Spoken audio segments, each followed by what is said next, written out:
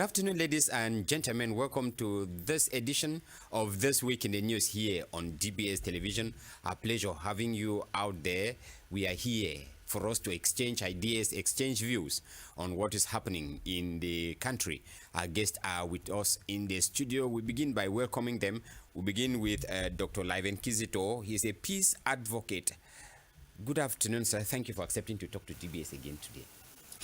Thank you very much for having me. It's a pleasure to be here again. And I want to extend regards as well to my co-panelists who are here and looking forward for a brilliant exchange on the issues we're going to be addressing. It's a pleasure always to be on your set. Thank you so much, sir. A pleasure to have you on our set. Let's welcome Mr. Derin Galim. He's a civil society activist and Pan-Africanist as well. Good afternoon, sir. Thank you for accepting to talk to DBS today.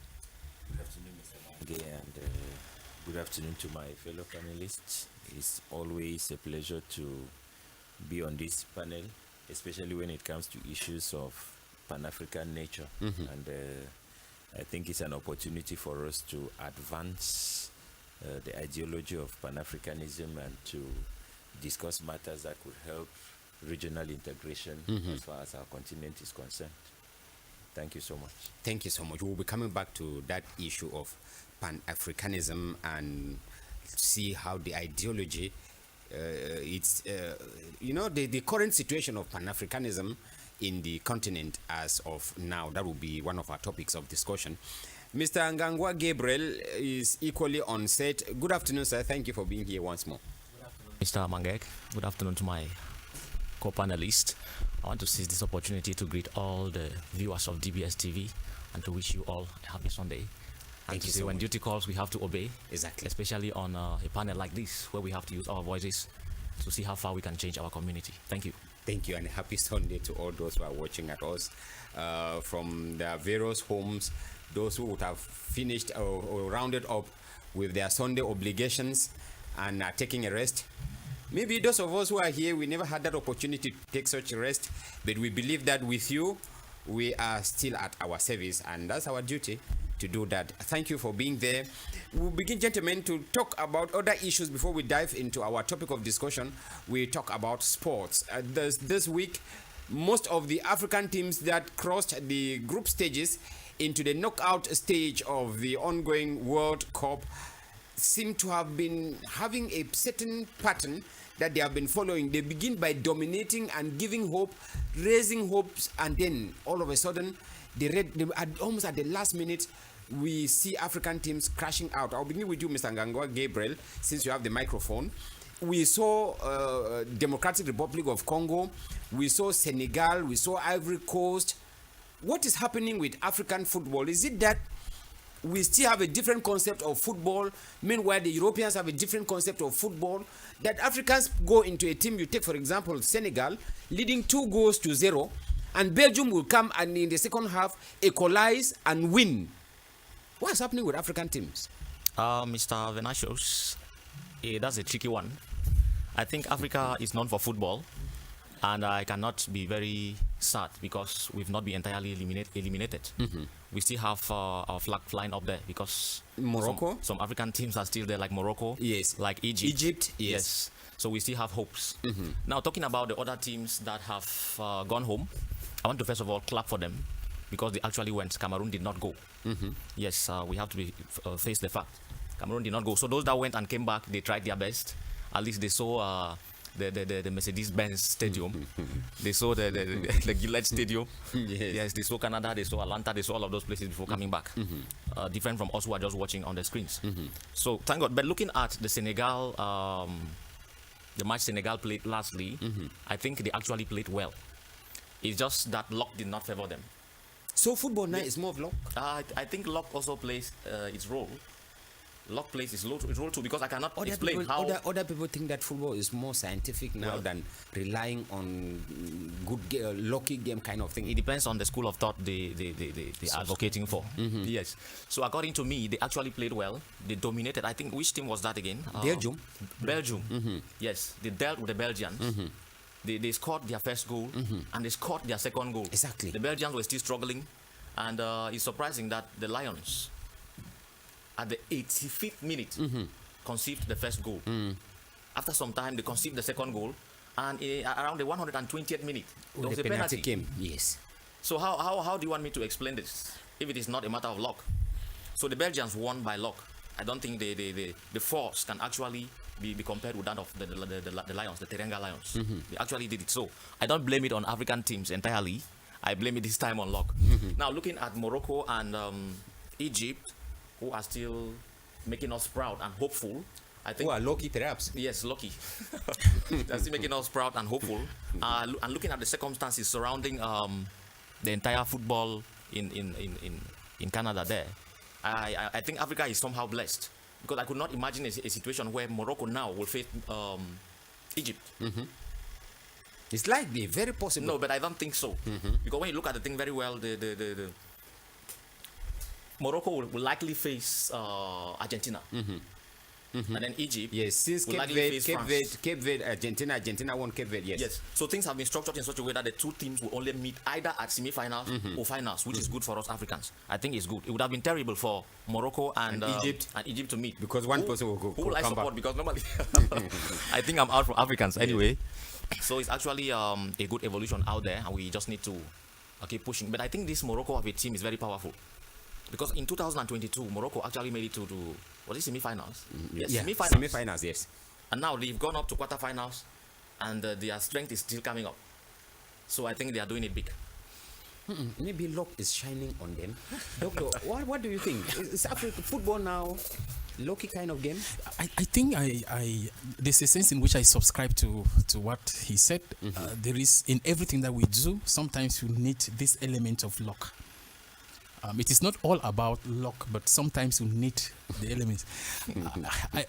Sometimes maybe it's difficult to say this, but I think honestly, I am proud of African football, particularly from the teams that participated at this World Cup. One that stood out, one that stood out, even eliminated Cape Verde. Cape Verde made me proud, even when they lost the match. Exactly. Sometimes I believe that there's victory in defeat. Yeah, where we were yesterday, where we are today, honestly, we should celebrate. And when you see the kind of football, the quality of the football play, we should celebrate. Then, from another perspective, I think there is still an element that from the continent that we need to consider. Some couple of years back, I read a paper on the phenomenon of age cheating. Yeah, in football. Yes, in football. It was within the context of football, and the author of the paper was explaining in his the thesis which he stated in the paper why African teams don't go far. And he was of the opinion that mostly it's as a result of age cheating, where you have players who should be, let's say, who should be on retirement, yes, but who are still playing because they slice their age, and therefore they may not have what it takes to sustain, to withstand. Yes, and that's the reason why it is possible that perhaps you start by dominating, and then towards the end you cannot sustain. So they don't have the stamina. They don't have the stamina. I think this paper is online. It's by Professor Jerome B. Tozam on the phenomenon of age cheating, which plays a fundamental role to why African teams are often eliminated at the early stages from the competition. Because in elsewhere you're going to have maybe guys who are 19 years, who are 20, they are agile. When you are confronting a 33-year-old man. Of course, yes. And the strength cannot be there, because there are things that we cannot. We may change our ages on papers, but the reality remains the same. That you are 34 years. You are 34 years. Our mental ages are different. They are different. They are different. And what happens is that you cannot sustain. You can't sustain. So I think that when you look at it, this element is still playing a part. Doctor, I was asking the same question, probably to say that the question of age cheating, is it only limited to Africa? Is it only an African phenomenon? Sometimes it is difficult to say, but I think that elsewhere you may have a system that is digitalized, and a child is delivered everything about the child is taken, and you go on, you see all the information about the child. We haven't because I can be sitting here when I'm 40 something years, and on paper I am 16 years and now, but I cannot be able to engage a guy who is 16 years because I can cheat on paper. But the reality physically, it happens. It happens even in our public service, where you have people who should be on retirement, but they can no longer be productive. Exactly. Yes. So it is still something. Go for seminars and sleep. Sure, they go for seminars and sleep. They cannot sustain anything, But they can't cheat nature again. they can't cheat nature. That's And one of the reasons why we have empty offices. we do because they can't sustain. Because They the can't occupants are sustain. tired. And there's that extension within the football sphere as well, which cannot be undermined. Otherwise, you ask me, you have all the African teams. It's better this time around because in the past sometimes all are eliminated at the first round. But today we have teams that have made us proud, like he indicated, Egypt, Morocco, and even Cape Verde. I am proud of Cape Verde. This is their first Cape appearance, Verde- first appearance Cape in the World Verde Cup, did not- and a giant like Argentina, had to sweat. And in I the think hands of Argentina, Cape Verde. if we go by the philosophy of luck, which the first panelist made mention of, Argentina was lucky. Very lucky. Argentina was lucky because Cape Verde made us proud, honestly. I celebrated because there's sometimes victory in defeat. Thank you so much, Doctor. I will come back with Mr. Ngalim. Luck seems to situate Europeans more than Africa. It appears that luck loves Europeans. The Europeans are luckier than Africans. Why is this concept of luck playing so much on European countries and avoiding Africans systematically? Out of the 9 teams that qualified, practically 7 have been 5, 6, 7 have been eliminated. I think we have 2 now that We are have left 2 in the left, Morocco, competition. Egypt. So And 7 are out. Why is this luck so unjust to Africans? I would not like to use the concept of injustice in analyzing the relationship between teams or the longevity and all of that. But I think the advantage that the European and Asian teams have, which we Africans do not have, one is longevity in the field. It's a competition they have engaged for so many years, and they have They a longer master the history techniques of it. football. We Yes. have a longer history of football than we do, and we must admit the fact that experience alone, it's able to give them the edge that they have over us. We must be able to admit that. We already talked about the age cheating factor. I cannot honestly at this age engage in maybe a 100-meter race with someone who is 16 and I'll pretend to you that I will win the race. Exactly. Because I may have an advantage maybe in the first few minutes. But you will not resist. But I will not resist till the end. I think that is also another thing that we Africans are suffering from, and we must admit it. I think our country is the one that has battled with this aspect of believing that the older persons are going to perform better than the younger ones as far as football is concerned. And I think it has brought a lot of division in the team and stuff. But thank God, finally we are coming to the realization of the fact that we must go by merit. Let he who merits because of a higher talent play and perform for the country. We are gone past that age where this person has to play without merit simply because he's a cousin of this or Because he's he a knows relation of somebody this, who is and then somewhere. finally we go and present a mess at the world arena. And we must be honest to admit the fact that the quality of African football has improved Yeah. greatly. Not to use avoiding to use the word skyrocket. It was a normal order of the day that African teams leave the world stage without first a round. point. Not just about the first round, but without a point, without a goal. But of the teams that went to the Africa presented to the world for the World Cup this year, I think we cannot but be honest with ourselves to celebrate the fact that the quality of our football has increased on the world scale, and we are able to compete with European and Asian teams that have been long in the competition and bring them to their feet. Or they have to Latin work for the Americans. victory. They have to work for the victory if they have to win. That's right. I think that is a point. That is a point for us, and with time, we are going to definitely come to that level where European teams, Asian teams, Latin American teams will panic when they hear that they have to face an African nation in any competition at any level. And I think from what we are experiencing here, I'm afraid to say, if an African team presents a club or at the Champions League, we may stand a chance of creating some disorder. Mr. Galim, I would love that. I would love that issue of that improvement in African football. Somebody made a comment that Cape Verde was very lenient with us by eliminating us just with a draw. I think it was with a draw, 1-1 goal. And they said the Cape Verde that they saw in the World Cup, if it was the very Cape Verde that had to play with Cameroon, it would have been total humiliating a team like Cameroon. But then we had what we had, and anyway, we'll be continue to talk about football as it unfolds. It is reaching a very crucial stage, like they're getting into the quarterfinals soon, and we'll keep following it and keep discussing as it goes. But then one thing that we wanted to talk again about this week was local management, and in the course of this week, one newspaper in Cameroon, a newspaper that I think is the Post newspaper, indicated something about embezzlement of public funds. They cited the Jakiri Council, that is in Bui division of the Northwest region, that they said that the mayor needs to be investigated, or the executive of the municipal council needs to be investigated upon concerning public investment budget, where projects are said to have been financed and nothing has happened on the field. The Post newspaper says the Supreme State Audit has been invited or is being urged to investigate high-level corruption in Jakiri Council. I wanted to find out, with the situation that we have, if you look at what the paper is indicating in that photo precisely, it is the local citizens in Jakiri who have used every Mondays. We know Mondays have been used as ghost town days in the Northwest and Southwest regions, and they use the Mondays for community work to take care of their roads.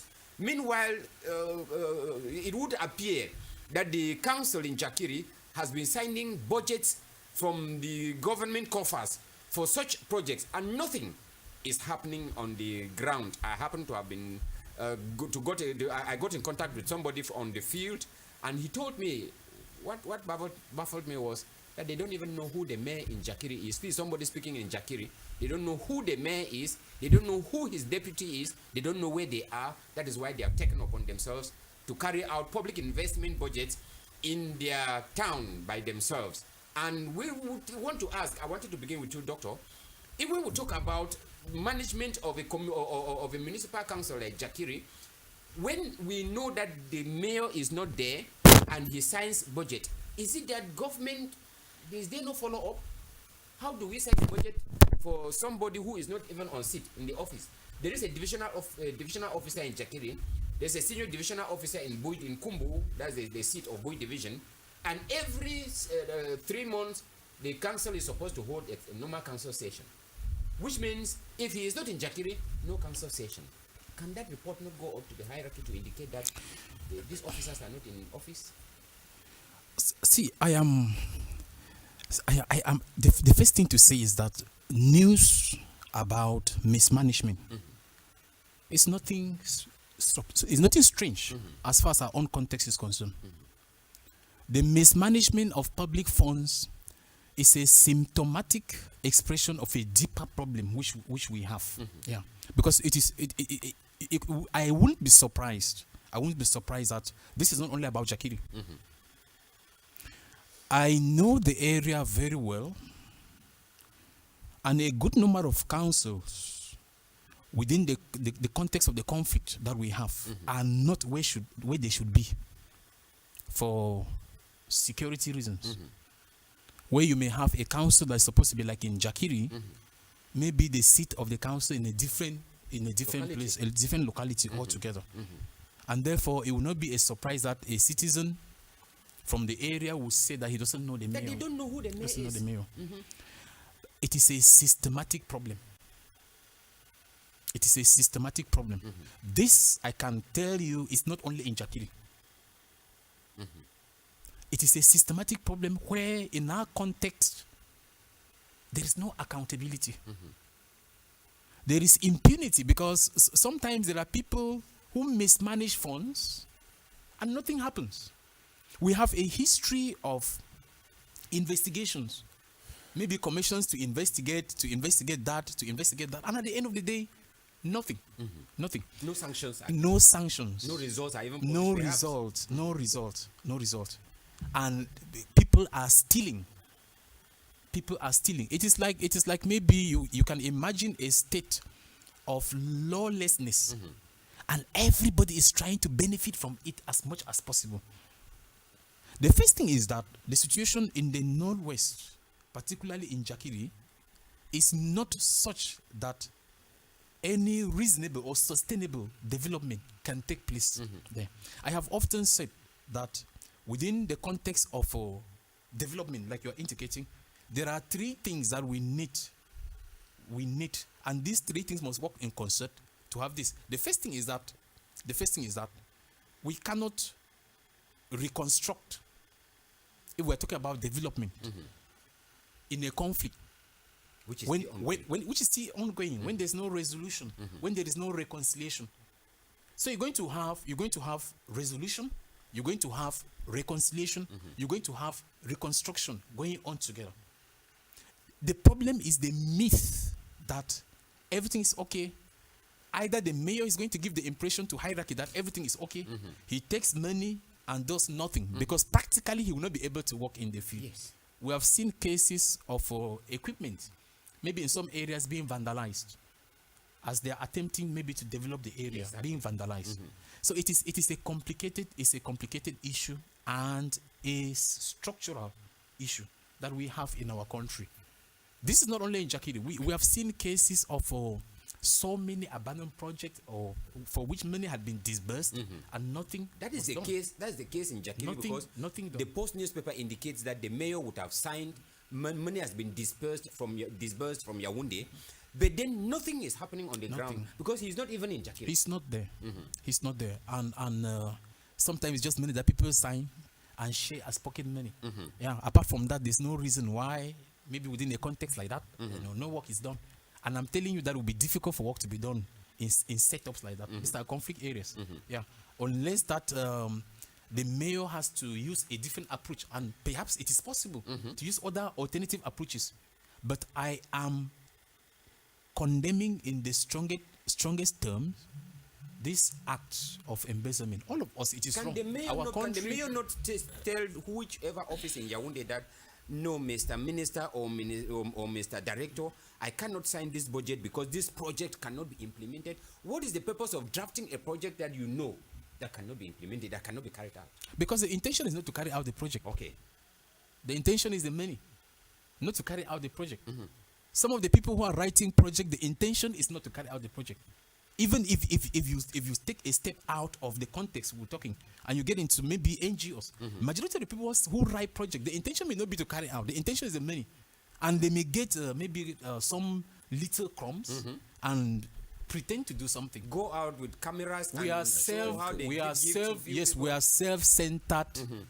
We are egoistic. We are greedy, and that's the reason why everybody thinks only about himself. This attitude is not only within the council in Jakiri. It is just like a phenomenon that we are living in our country, in almost all the spheres in our country. There are people who are stealing money. There are people who are mismanaging money. There are people who are taking advantage of the kind of situation that we have in our country and going free. There are people who are raping children. There are people who are... We have weird people almost in every sphere. And the strange thing is that I call it a systematic problem, a structural problem, because normally structures breed what we see. A good structure will produce good fruits.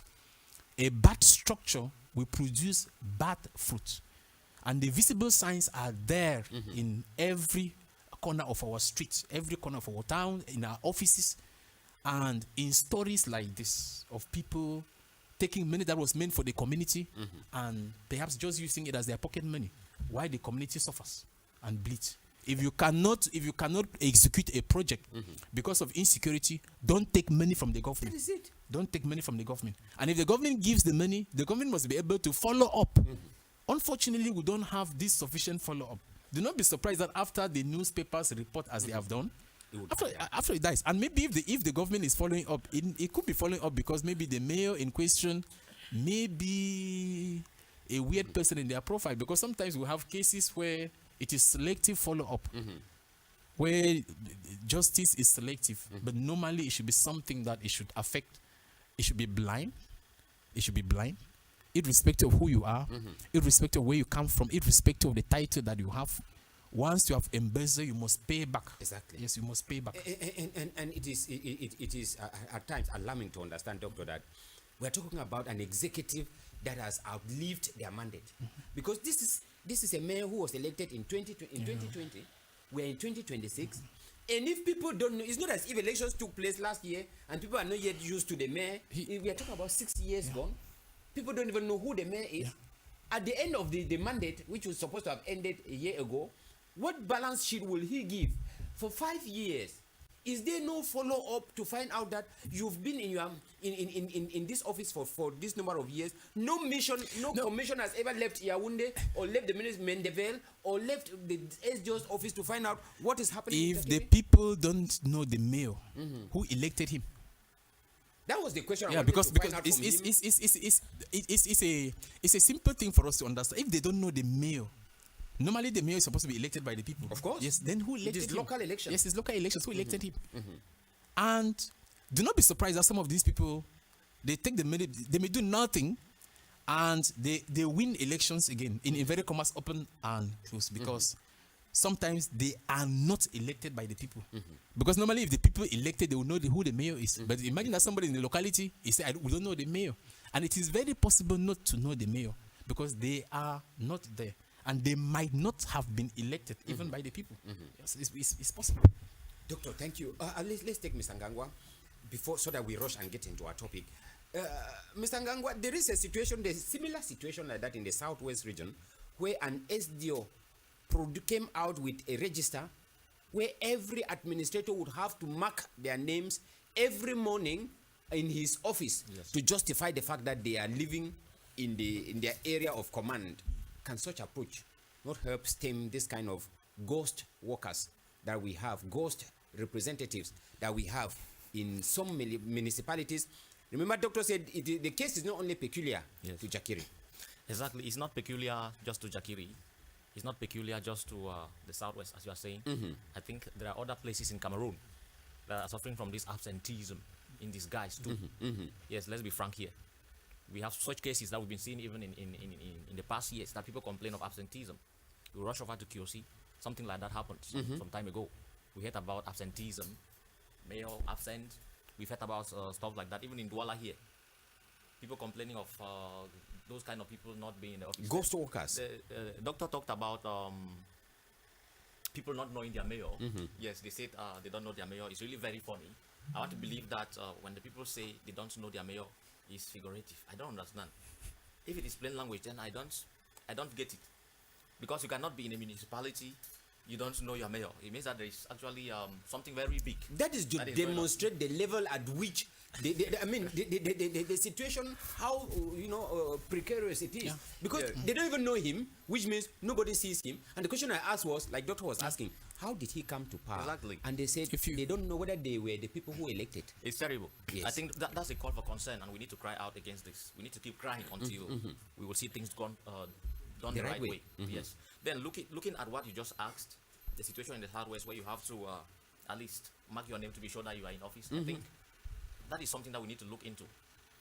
All the other municipalities, all the other constituencies, they have to copy this example. Because this is what is killing us. It doesn't please me to understand that you have an office that many people want to be there, but you have occupied the office and then you are still absent. Then why are you occupying the office? It means you are too wicked. You're not only wicked, you are very, very wicked. Look at what they are talking about in Jakiri here. I'm not from Jakiri, but at least I know a little about Jakiri. My father retired in Jakiri as somebody working in the veterinary there. I've never been there, so at least it pains me when I hear something like this. When I look at the Post newspaper, they're not just talking about embezzlement. They say high level of embezzlement. That is what is there. It means that one is exaggerated. We should be talking about hundreds of millions here. Who knows? Exactly. Why should you do this kind of things? We've not confirmed that it is true anyway, but why should you comfortably sit on top of people's money, taxpayers' money. It pains me because I pay tax. Of course. Yes, I have my shop, I pay tax. And then these people take the money and sit on it. It's not correct. And you see the poor people going out to the streets to be digging gutters with their hands. I mean, manually. That is what they do in Jackie. They call it community work. Correct. Every neighborhood, you go there on They Mondays. don't have a choice. Yes, They have because to do now that. with the rainy season, they need to trace gutters so that And there's something I want to celebrate about the people. Yes. This community dimension. Yes. Because elsewhere, nothing will be done. But to see the people take charge of their community is an initiative that we need to celebrate as well. Because elsewhere, we have seen cases like that, and people are writing petitions to Yaoundé. But you see the community, because quite often our communities are call it mobilized, particularly to engage on community work. So when I saw that something that we need also to celebrate and encourage, to say that, but then,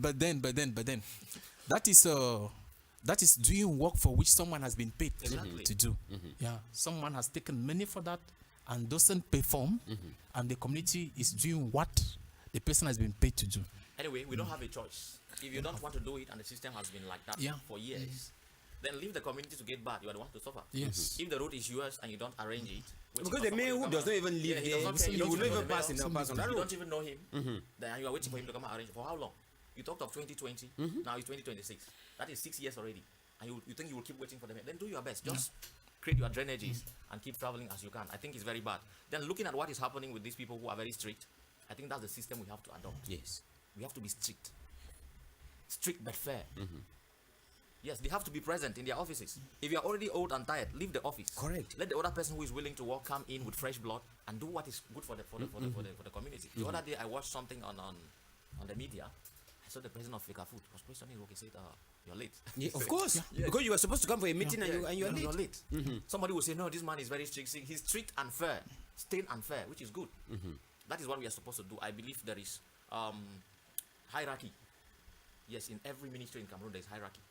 You have somebody you answer to. You have somebody to answer to. If you discover that the person that is answerable to you is not doing his job effectively, discipline the person. Exactly. Let the work be done. We have to shout out against this and let things move. Thank you, sir. Let's take Mr. Ngalim before we take our topic.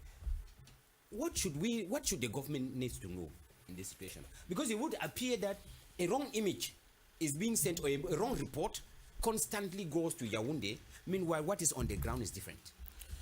I think following what my fellow panelists have said, and referring especially to what Dr. just raised there, the surprise at the fact that the people who are supposed to have voted the mayor into office do not even know who he is. And I think that that resuscitates a germ that has been eating our society for too long. It's a systematic kind of thing. The system is a crooked system, and it has put into place something which will suit their game. And this brings me to decry the disadvantage of representative democracy. It is because of representative democracy that we have a mess like that coming up into our society, where you have a handful of persons, they stand and claim to decide for the masses who are seated behind. The system has crafted it in such a way that a few persons can just stand and inform the authorities that they are coming on behalf of the people of this municipality. And when you imagine the fact that the voting of the mayor himself into office is not done by the people as such, because they are done by the persons we call councillors or whatsoever, and the method that they use to put those people in place is even doubtful. And normally, even if representative democracy were to function properly, the councillors should be put in place by the people, and then the councillors should represent the ideas of the people, and that is what should be carried up the ladder. But the relationship between the councillors and the people end the moment they assume the title of councillor. And when there are things that consultation normally should be done, the consultation never reaches the people any longer. It might come just as far as the councillors are concerned, and the decisions are taken between the councillors and the mayor, irrespective of whatever the people desire or whatever the people's needs at the moment could be. And it justifies the gap that exists between the masses and the authorities that be. And this helps us understand why such crooked transactions can go on and the people are never aware of what is going on. Probably those who decried or who cried out that embezzlement has happened are those who by chance happen to have fallen on the information that, hey, this budget has been signed for all the councils, or maybe this budget has been signed for all the councils, and then they see projects happening in other councils which are not taking place in their own councils, and then they begin to like raise their voices to say, hey, if this is true, this needs to be investigated. This needs to be investigated. I think my own point of view there is the fact that we need the government, if they have to provide a solution to this, needs to revise our concept of representative democracy. Yes. If we don't correct it at that level, we may end up at the point where either the masses will have to shout out for things and there will be nobody to listen to them. And it's true that, ironically, expecting the same person who has put a crooked system into place to justify him to be the one to change it, it brings us to a crossroads which will be difficult for us to advance as a country. Anyway, I think there's what we call repentance. But the repentance may be late at this situation where we are. But I think there's a law, there's a decentralization law that compels mayors and deputy mayors to have permanent residents in their municipalities. Exactly. So is this not also a call for consent? And that's one of the criteria that qualifies you for a candidate into municipal elections. Exactly. You must have a residence within the area of the council area. Talking about embezzling council funds and all of this, it would be better if you embezzle the funds while in the council. People can actually see you. When you are there. What about embezzling the funds and people don't even see you to ask questions? Correct. I think that is putting us in a double. All these are raising questions, and we want to keep looking at it. We are making a particular focus in this issue in Jakiri, so that we can get it, because councillors and the council is not only made up of the mayor and his deputies. There are other councils, and given the population in Jakiri, they should have at least more than close to 19 councillors. Are all the 19 councillors living out of Jakiri? Is there none of the councillors who is living in Jakiri to raise a question and tell Mr. SDO, we don't know where our mayor has gone to for 6 years? Yeah.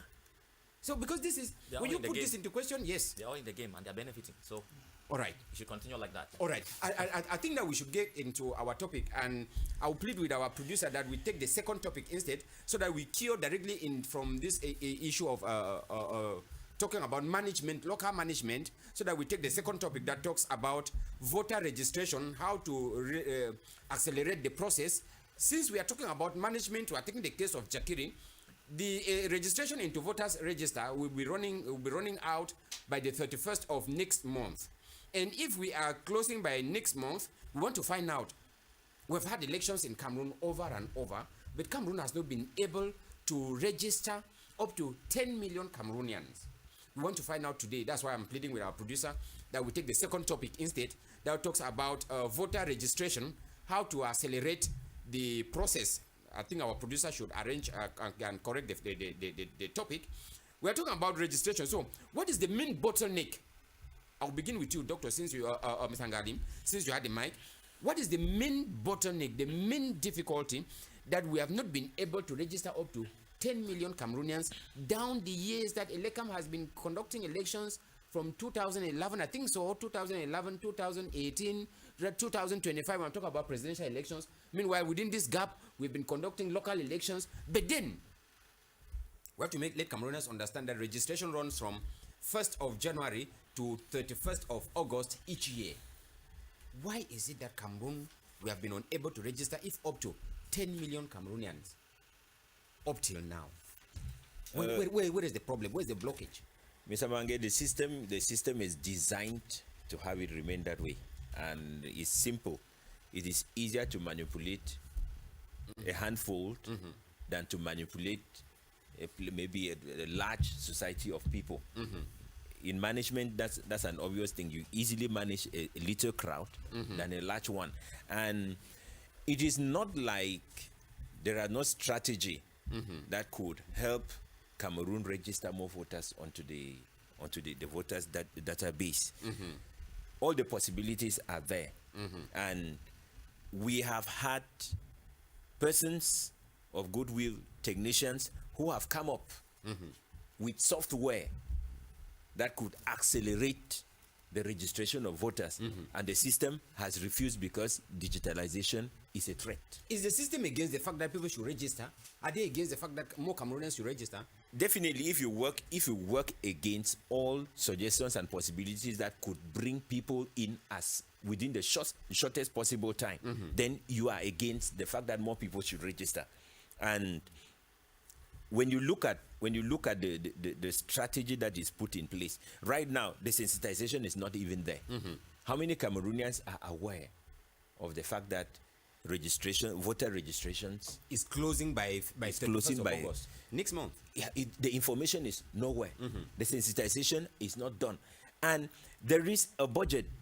Ironically, there is a budget for this. For the function of, to carry out registration. There is a budget for this, yes. and there are persons who are living on salaries who are supposed to engage this sensitization to make sure that every citizen is aware of it.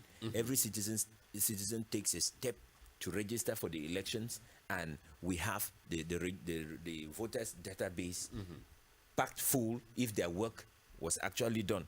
But the fact that this is not the case, it's because the system is manipulative, and they don't want a situation where Cameroonians register massively for the elections, because it's difficult to cheat in elections when you have thousands, a plethora of people voting. And permit me dive with this. There is the very dark man in Nigeria.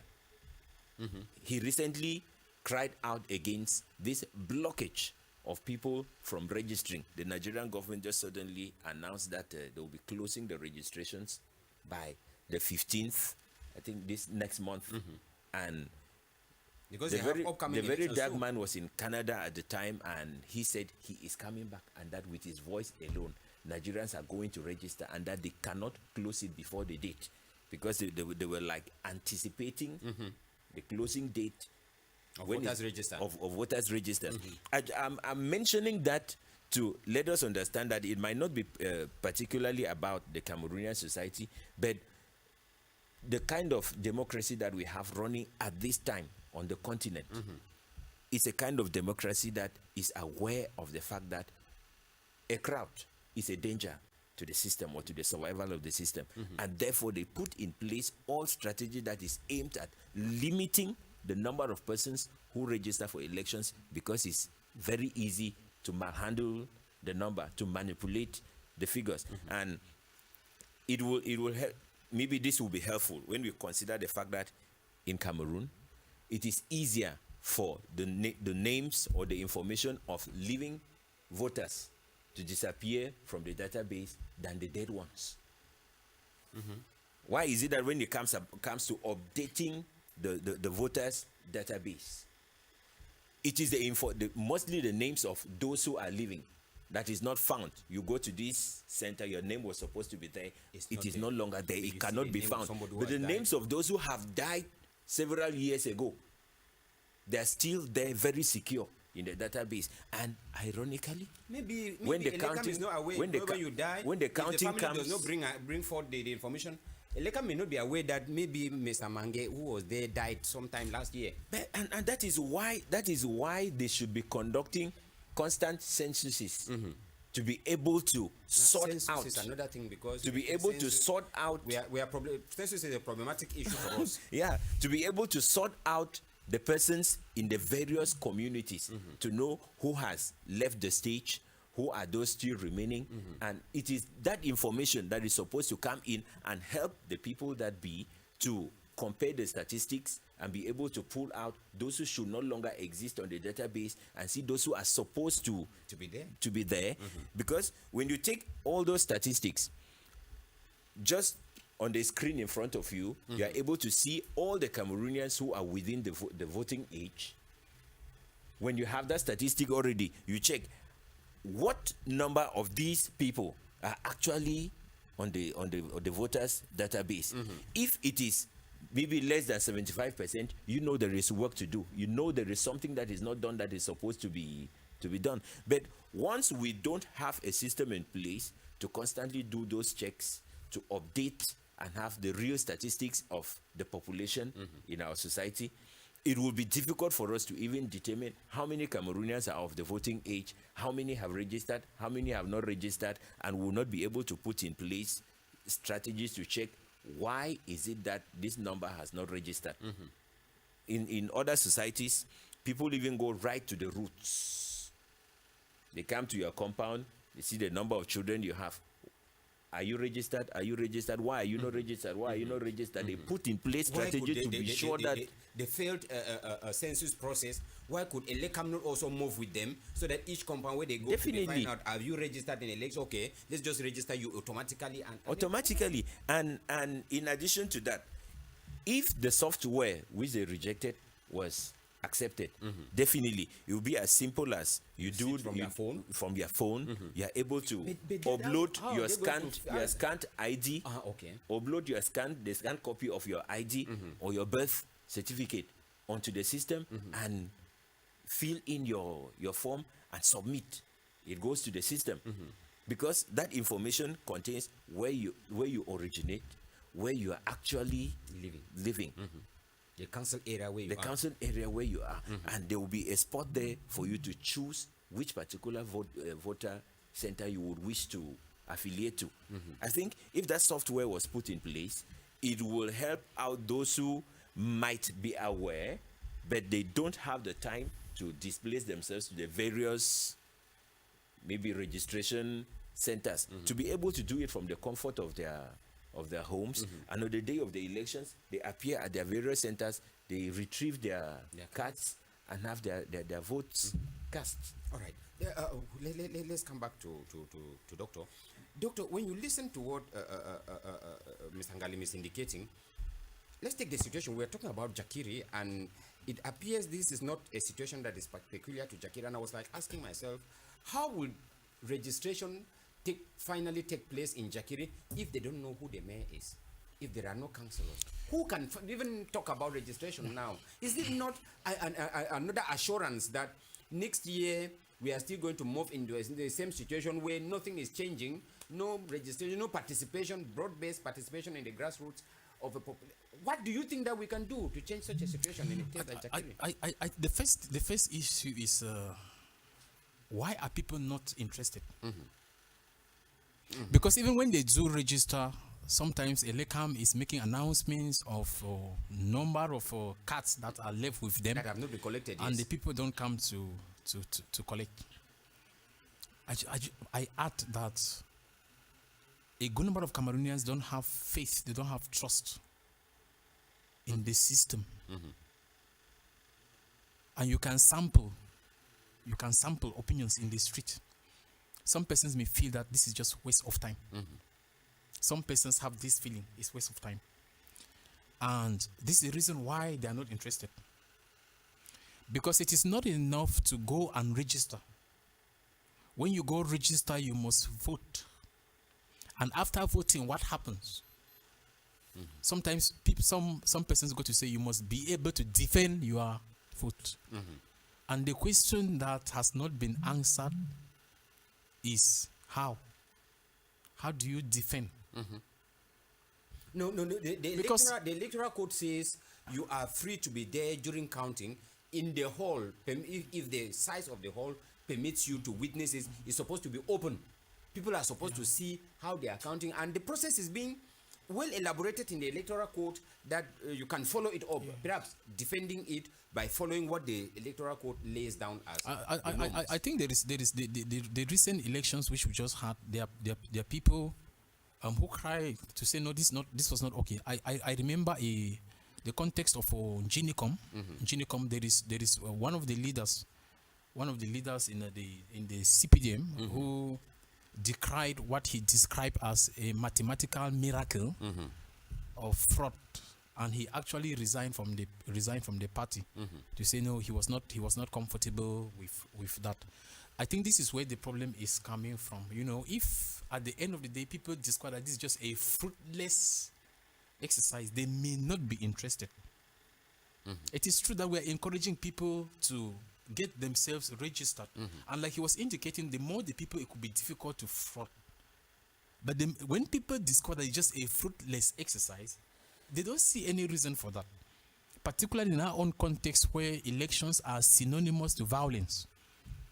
When we talk about elections, you can say with a probability of 1 that there's going to be violence. And there's going to be violence because the process is not fair.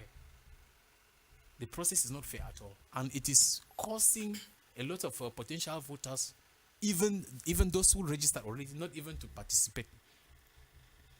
But I think that the case of Jakiri, which you made mention of, is a very precarious case.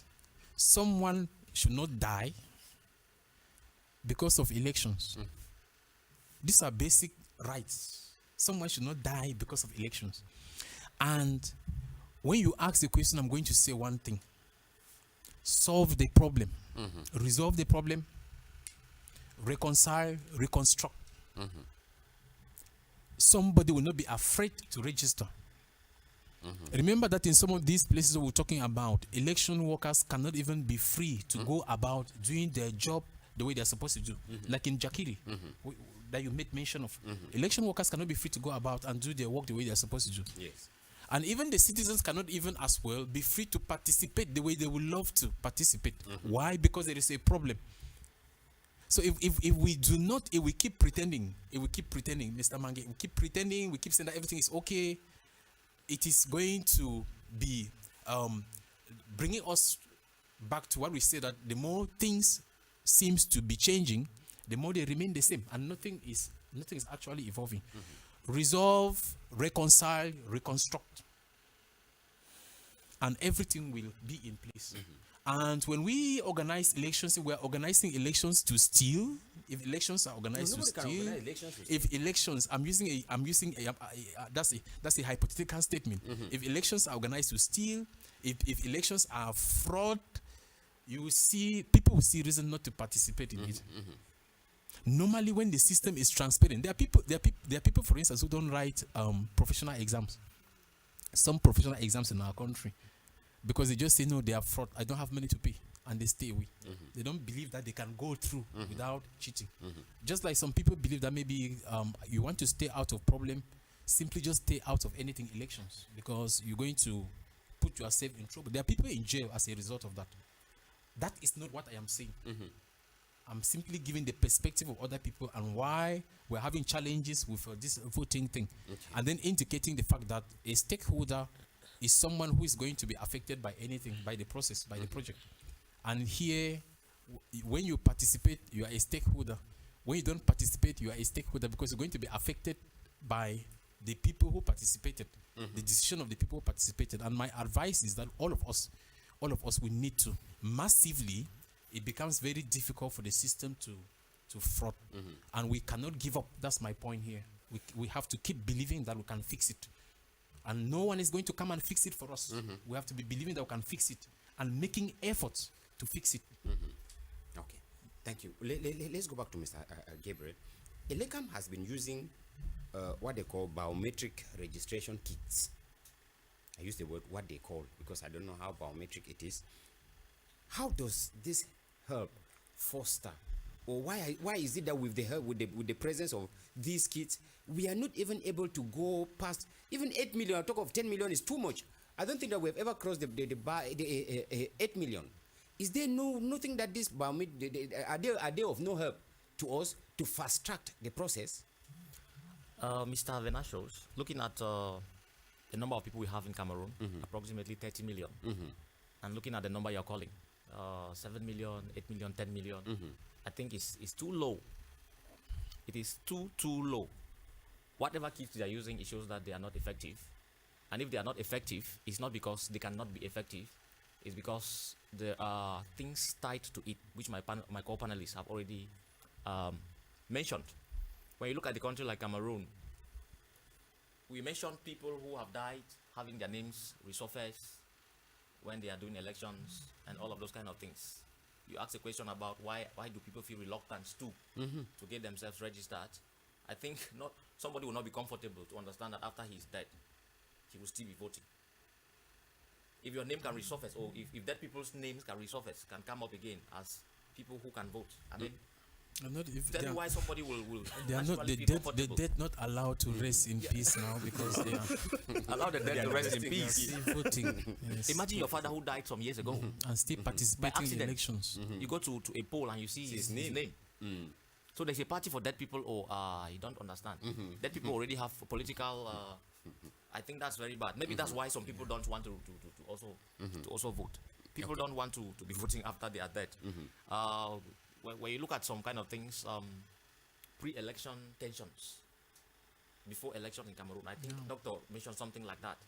I found myself in a classroom somewhere, a class made up of teenagers. Yes, before the October 12th election, we were just discussing, friendly discussion in class. I was like, who knows what is going to happen in Cameroon on the 12th of October? A bold teenage boy just got up and said, "To. What does that mean?" If a child like this could have that kind of mindset, it means back at home, parents have been talking. Of course.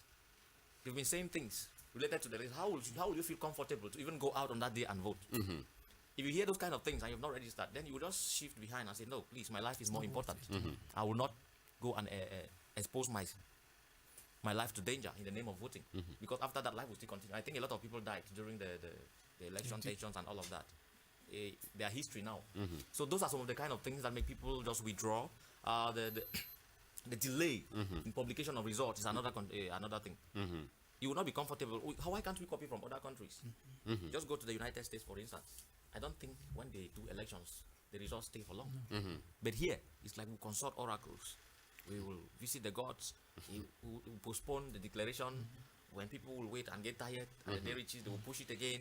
Those are the kind of things that just make the whole thing mixed up. And some people may just feel like the whole thing is, I don't want to go close to that. Let's copy from countries that have gone better. Yes. All right. Let's take Mr. Ngalim. There is, when Doctor was speaking, he was mentioning the difficulties that we have. Maybe Elekam workers, they are not free to circulate, carry out their duty where they are supposed to work within the council areas.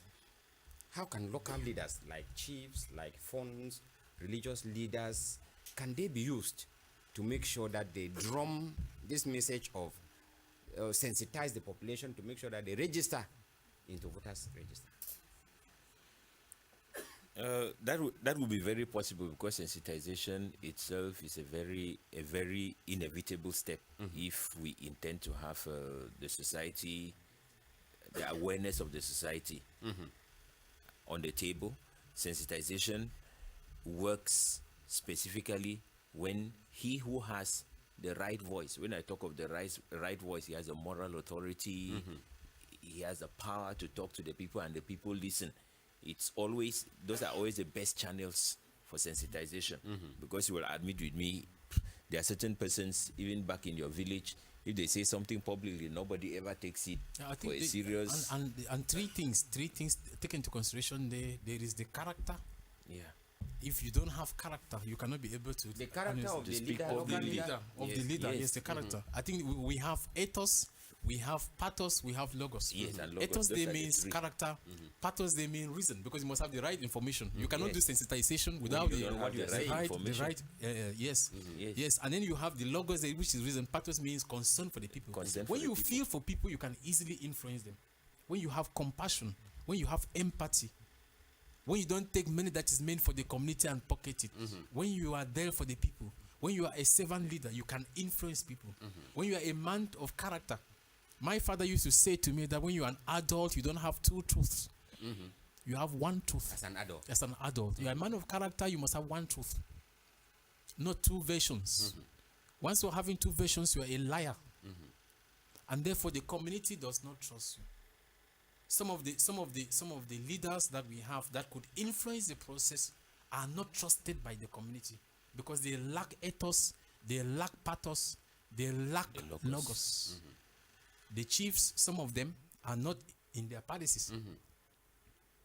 The religious leaders, some of them, their congregation no longer understand them when they speak, because they speak with two sides of the mouth. And then even the NGO, that can step in, this soft power dimension that can step in to try to see how to handle this. Some are problematic because when you are partisan, sometimes it becomes very difficult for you to be able to work and influence the people. But honestly, our communities really need people that we can be looking up to them. These are the people who can do the sensitization that we are talking about. From their lifestyle, from what they know about it, and the fact that you feel for people. When you feel for a human being, you can influence that human being. When you don't have any feelings, when you are a beast, you cannot have any influence on a human being. You can intimidate, you can bully, but that's not sustainable. The voice that is sustainable is the voice of care and concern for the other person. It is the voice of compassion. It is the voice of love. It's the voice of empathy. That is the voice of hope. That's what I want to say about this. Yeah, yes, Mr. that is it. Once you have the right person, he has already elaborated the qualities that are required of the person who can talk and people will listen. Once you have the right person, sensitization cannot be a failure. It must succeed. But the problem we have here is whether the intention of the people in place is sensitization. Do they really want the people to know? That is where we have a difficulty. It is to their advantage if the people are not even aware of what is supposed to be done. Why do I say this? Stepping back to the talks about the council and the lack of information and the rest, I think these people have a strategy they put in place to be able to embezzle with impunity. And that can only happen when they make sure that the people do not even know what their rights are. They do not even know what transaction has taken place. There is nothing that stops the government, right, from updating even on the website. On the website will even be going far, right? These are the various budgets that all the councils in Cameroon are expected to sign out this year. And for the following projects, if that happens like you read in the news and every time, everybody in the village is aware of the fact that, okay, my council is supposed to benefit from maybe a hospital construction budget this year. My council is supposed to benefit from a school construction budget this year. My council is supposed to benefit from a road reconstruction budget this year. And they know, okay, this will happen within this, maybe the first semester of the leaders, the local leaders taking power. This will happen in this, maybe the next semester and all of that. And if the people were to be given this knowledge, which is available, it's not like the knowledge is not available. The knowledge is available and programmed. If the people were aware of this, then it is left to the people now. Okay, the first semester is getting over. The budget for this, has it been signed or not? And if it is signed, we're expected to have this project delivered by this time, so that next semester, the project that is programmed for next semester could be launched. This is knowledge that they may not want the local persons to have, because if they have, it becomes a burden on them. You will need to be justifying one thing after the other. But the only information we receive as Cameroonians is when there is a budgetary session. After the budgetary session, that's all. The next time we'll hear about budget is when they are organizing a budgetary session for the following year. No justification for the budget that was voted last budget, yes. Previously. We don't even know which project they were budgeting for. We just hear there was a budgetary session. People are defending budgets left and right. But what are the budgets for? Those are the details that we never know. Are there any projects maybe coming from top to bottom? That's what we never know. Are there any projects living from the people's desires up to the top? We never know. Which projects have been financed? Which projects have not been financed? We never know. And so when we are kept in that darkness, in that void, it is difficult for crimes like this to pass unnoticed. Okay. Thank you so much, gentlemen. We have to make sure that we rush as much as possible so that we catch up with the time allocation that we have. But then I would have loved that we still remain on this topic, but let's touch the second topic before we leave the studios. And we are talking about the issue of Pan-Africanism. And this week equally, we witnessed what has been ongoing in South Africa, where what they called illegal or migrants who have been living in South Africa are being forced to leave the country. Being forced not by the authorities in South Africa, but by South Africans who think that these illegal migrants are taking over their jobs, they are taking over what was supposed to be theirs, and that they think that they should go back to their home countries and build their country. Today we want to talk about Pan-Africanism, and in this edition we want to find out if this Pan-African or Pan-Africanism is being threatened under with xenophobia that is ongoing in South Africa. We begin with you, Dr. Sangalim, talking about this issue of Pan-Africanism. If we were to ask a simple question, what is Pan-Africanism as an ideology? What is Pan-Africanism, so that our viewers can better situate the context of what is happening in South Africa? Well, Pan-Africanism is an ideology, like you have already said, founded by our Pan-African forefathers, Du Bois, moving up to Nyerere with the OAU and the rest. And the main thing behind it is just to foster political solidarity among Africans. Yes, to create cultural consciousness amongst Africans, which is very important for the continuity of the Africanness that we are supposed to share. This solidarity is supposed to extend way beyond just the family bonds that each and every individual African family possesses or should exercise. Is supposed to cross over from the family to the little village, back in our various villages, from the villages across village borders to nations and across nations.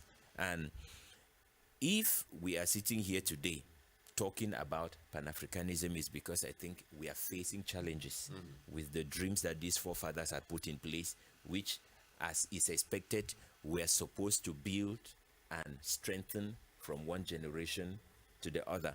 And along the way, we have realized that this political solidarity is under threat.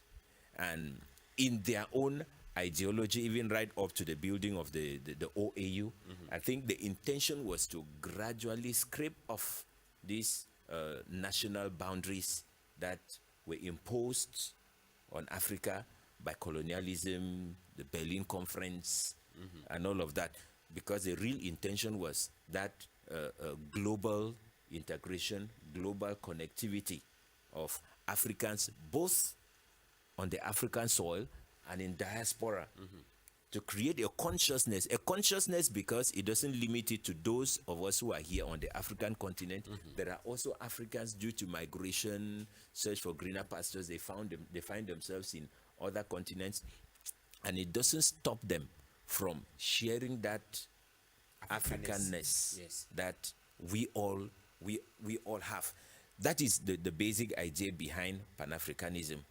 Like I already said, political solidarity, you have cultural consciousness, and then global integration of Africans all over the world. You are touching a word there that is the cornerstone of this discussion, integration.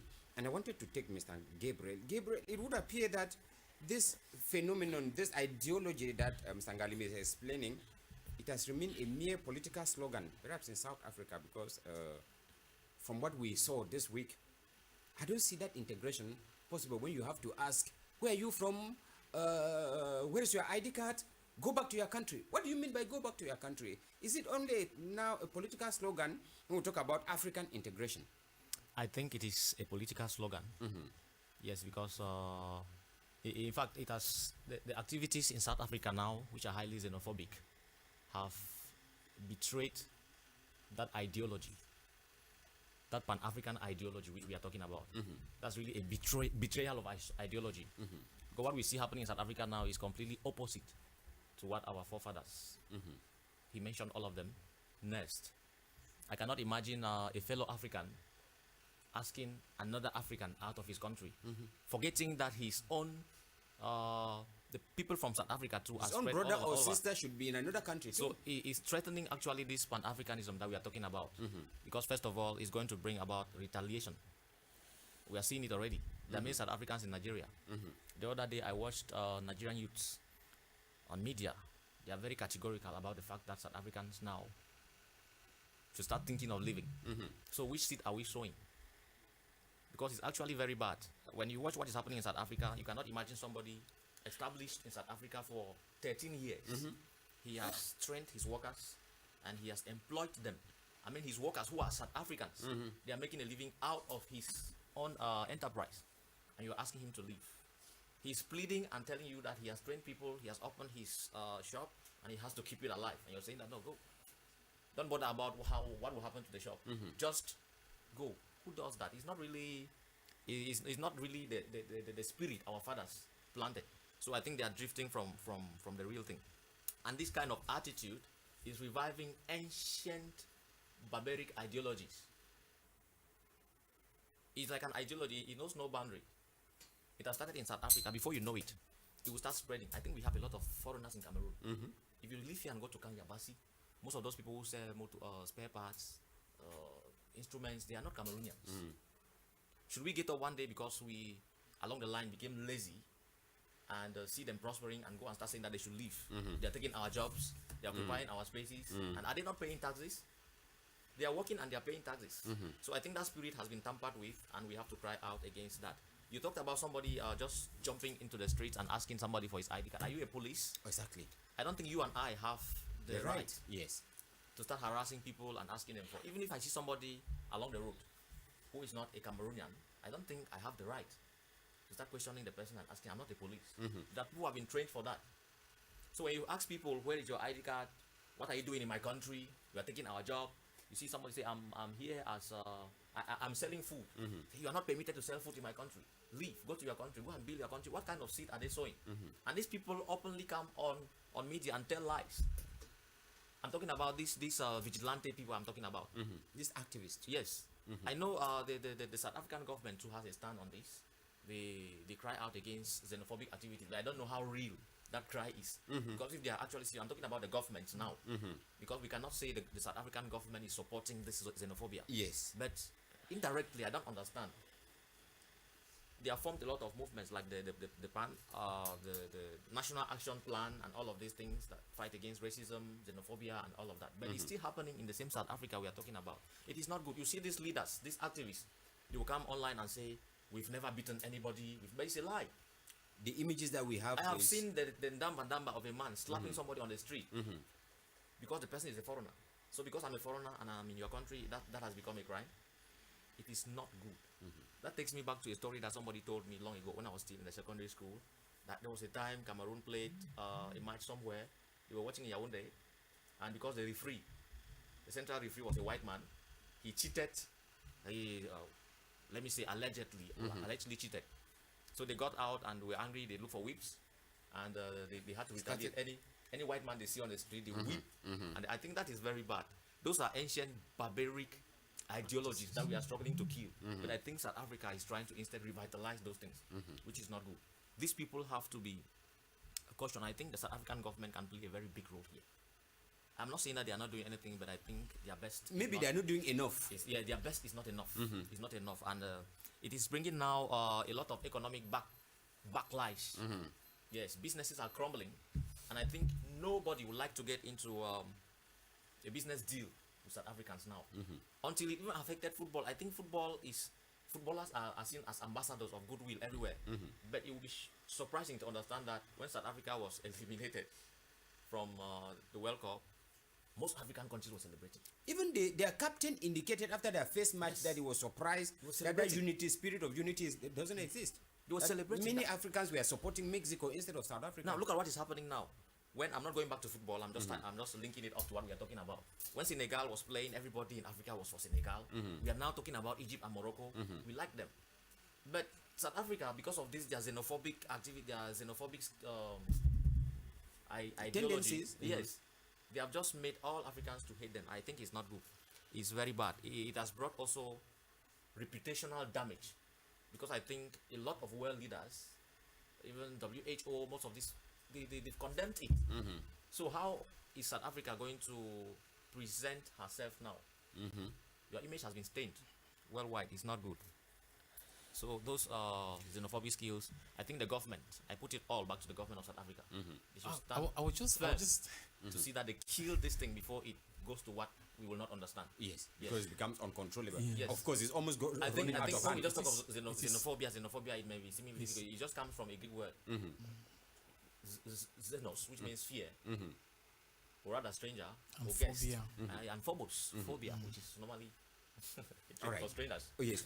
Yes. Okay, I was going to say that the whole thing about Pan-Africanism, we can actually make an appraisal of it if we look at it from three stages. The first stage is to understand that it was a reactionary ideology, reactionary philosophy against what? Against colonialism, against racism, against slavery and slave trade. That's the context of that's the context in which in the 19th century you have the thinkers like Marcus Garvey and William Dubois, who advocated for the call that Africa should be for Africans. And when you are taking a walk from that, you have other thinkers like in the 1960s, where we have thinkers already like Kwame Nkrumah, yes, advocating for African unity. That's the United States of Africa. 1963, we had the formation of the Organization of African Union, whose objective was to enhance complete decolonization and to fight for independence of Africa. And then you come right up to the period of the African Union, that is in 2002, with the objective no longer fighting for the independence of African state, given that the 54 African states had independence already. South Africa, of course, in 1994, you have this 2002 with the formation of the African Union, changing African organization to African Union, whose objective was now different from that of the previous institution, which was now about fostering development and fostering peace. And we have as well this economic integration. So on the one hand, we cannot just say that Pan-Africanism has not succeeded, because it's made giant strides towards the liberation of the African continent, notwithstanding the challenges. And I recall even this free trade now that was the African Continental Free Trade Area. In 2019, I think in Kigali, which was a milestone, as we can say, towards Pan-Africanism, because from the economic integration, this was a huge achievement. Now, notwithstanding, we have setbacks like the issue in South Africa. But I must first of all just maybe for the purpose of educating our viewers to say that not every South African is xenophobic. Of course. Yeah, because the tendency is to begin to think that every South African is xenophobic. Not every South African is xenophobic. But very few people understand this, because when they start retaliating, sure, and our context is every South African. being a South African already makes Mr. you Gabriel, in our context, when we take a stage like this, we must try to educate ourselves and educate our community as well. To say, okay, not every South African is xenophobic. Xenophobia is hostility, is violence towards strangers. That's how we define it. And when you look at the South African setup, there are so many factors that contribute to that. You know, politically, there are political factors, and political factors will come with the kind of weak institutions. Some of the weak institutions which they have. Yes. For instance, when you talked about vigilante, vigilantes are formed because the police may not be able to work properly, and therefore you have vigilantes, guys, and who crop up to solve an institutional problem. We have economic issues as well. Remember that when vigilantes are handling issues, foreigners are soft targets. Exactly. We have economic issues as well in South Africa, with almost 40-something% of the young people not having jobs. Exactly. And instead of holding the right persons accountable for working harder, they think that the young people, they think that the strangers are the reason why they are not having jobs. That's what is happening. Now I also blame this on the South Africans themselves, because it's like when you listen to the activists talk, they want to compare. They say they want to make South Africa like the second most beautiful country. They want South Africa where every South African will have $1 million francs a year. If an average South African has a life expectancy of 70 years, then he or she should be able to make 70 million before he dies. Now, talking about South Africa being like Dubai, Yeah. where foreigners will be the ones working for South Africans, don't you think that's, I see it as laziness? Instead of working hard, Quite Mr. often, meet up quite, with the quite, foreigners. quite often, you have Mr. Gabriel, I think it's laziness. I see a very grievous contradiction at that point. Yeah. They believing that they are building a South Africa where only foreigners will work. At this point, it's foreigners that are saving South Africa from a collapse. Let's be honest to it. At this point, compare the educational level, the grading and everything. Yes. Right? The job providers and everything. You will bear with me. Sending away foreigners from South Africa is like stabbing yourself while thinking that you will take yourself out of the scene and be Exactly. saved. But what they are doing to me is it's a very grievous mistake, because they are crying for the fact that they have no jobs. 40-something% of the population jobless, right? And probably the 20% who even have jobs not of the government sector, the jobs, the 20% is offered by foreigners who have opened businesses in the private sector and training institutions and all, and giant And that's where the major problem lies. cooperatives. Those jobs, the 20% are offered by foreigners. Now, when in order to probably solve the problem of the 41% who are unemployed, you think that you can only do it by sending away the 20% because you believe that taking your the jobs. 41 are not having jobs because The other ones are that occupying. percentage of foreigners who are there have taken over the jobs. Ironically, you fail to understand that those people you are sending away are the ones who have opened up Providing- the businesses, provided for even a percentage of those who are employed. And when you send them away without having a strategy to replace the businesses they have opened, the large corporations they have put in place, which are presently employing millions of South Africans, you are going to plunge the country into a further level of unemployment. Probably they may go from unemployment to underemployment. We don't know. And hoping that by doing that, you are going to build an economy where the very foreigners you are sending away will come and work. It does not even make sense. Mr. Ngalim, I see a certain degree of greed here. Yeah, I see greed. Because when you talk about strategy, I think their strategy is to send off these foreigners and take over their businesses. Because if I have my shop and you're asking me to leave, you're giving me a deadline, like they said 30th June, which passed already. You're asking me to leave, and you're asking me not to think about the shop. I should not think about the management of the shop. I should just leave, because there are South Africans who can do that. It means that you are just greedy. I'm not living with my items. When you leave, you I will am collapse, going, right? so that you will take over. I think that's their strategy. They don't have the managerial They are failing strategy. themselves. They don't have the managerial strategy. The They just think point- taking over the business will make it See, explode. this reaction is a symptom of a problem, and the problem is this: you have the government that has structures that are not working well, and this is not peculiar to South Africa. In most African countries, we have structures that are not working well, and the young people are agitating. The young people are not comfortable with structures that are not working well. The one The- you're agitating about their The structures, means that they have taken is what we are against. Exactly. The means that they have taken is what we are against. But if we have not yet accomplished the Pan-African dream, where you can travel from one country to another. There are few African countries that are into that already, which is good. But we are not yet in a context where maybe within the 54 countries that we are in Africa, you can go from one country to another without a visa, without borders, or just go and. We are not yet there. And therefore, to think that you can have people in a country that are not registered is a problem. It's a problem, and we must acknowledge it. It is a problem. What we are decrying is the method put in place to solve the problem.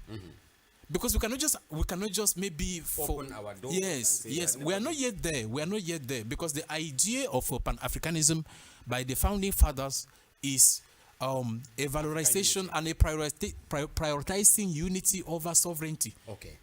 where you start saying that no, this is our sovereign, it don't come into our space. Okay. But our That unity, becomes a problem. is what is glorified. All right. When the Chinese see us, they see Africans, whether you are from Cameroon or from Nigeria. Yes, you are an African. When you are in America, when they see you, they see an African. Elsewhere, they see an African. We are the the essential people thing. that are. Thank you, Doctor. Our producer is already indicating that our time is all practically out. We would love to continue with this discussion further, but then time is no longer on our side. Doctor, I think since you have the microphone, we should be start rounding up with you. Thank you for having time to talk to GBS, and hope that we'll have the opportunity to continue in subsequent editions of the program. It's my pleasure. Always nice to be here, and I extend regards to my family, to all my friends, and to all lovers of this TV set. And I won't end without advocating for the fact that we have to be peaceful people. Thank you. Thank you so much, Doctor. Mr. Ngalim, it was our pleasure having you here. Hope that next we need to talk about this Pan-Africanism. It is something that we need to take the discussion as much as we can go, because it is a problem that we are having in our society presently. Thank you. Hoping that we'll have you next time. Definitely, I will be available next time when it comes to discussing pertinent topics like this, and I will also let our audience know that if we fail to uphold the dreams of the forefathers of Pan-Africanism, we could begin to contradict the vision of Pan-Africanism, which could affect on the large scale the regional integration that we are all dreaming of one day, looking forward to an Africa where everyone will work hand in hand irrespective of your regional location. Thank you so much. Mr. Ngangwa, thank you so much for accepting to talk to us again, and hope that we'll have you in a subsequent edition. Thank you, Mr. Venatius. The pleasure is shared. It was a pleasure sitting between two great minds, Dr. and Mr. Ngalim. I want to extend special greetings to my family, especially Tatiana and Winston, who are watching right now. Let's build the Africa that we want to see for ourselves. Thank you so much, gentlemen. It was our pleasure having you, and you out there for being there to accompany us in this discussion. If you did not follow us from the beginning, the rebroadcast will be on Monday when it will be 10:30 p.m. and then equally on Wednesday when it will be exactly 12:30 p.m. You can still follow this very discussion on our social media handle. Have a blessed afternoon, and looking forward to seeing you in subsequent editions of This Week in the News. Goodbye from all of us here.